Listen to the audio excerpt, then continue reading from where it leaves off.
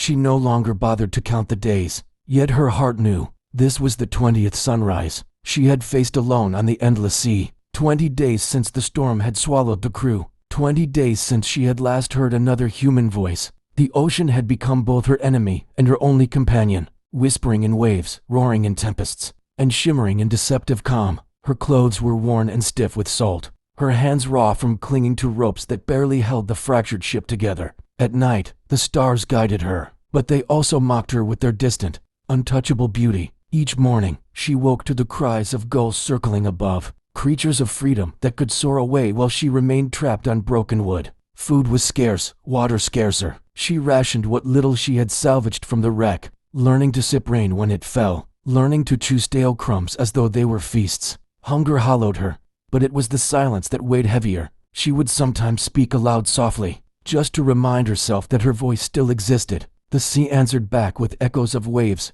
but never with comfort. Despite her suffering, something within her refused to break. She had begun to see each day not as a sentence, but as a battle survived. The ocean tested her, but it also shaped her. Every scar on her skin became a mark of defiance, every aching muscle proof that she still lived. She found strength in the rhythm of the tide, in the discipline of tying ropes tighter, in scanning horizons for even the faintest sign of land. On the 20th evening, as the sun bled into the horizon in shades of fire and gold, she stood at the deck's edge, wine tangling her hair, eyes fixed on the distance. For the first time in many days, her chest lifted with something unfamiliar hope. A shadow flickered far beyond the waves. Was it only her weary mind playing tricks, or had she finally glimpsed the dark outline of land? She clutched the rope tighter, her heart pounding like a war drum. Whether it was salvation or another illusion, she vowed not to surrender. She had already endured 20 days of solitude on a merciless sea. She could endure 20 more if she must,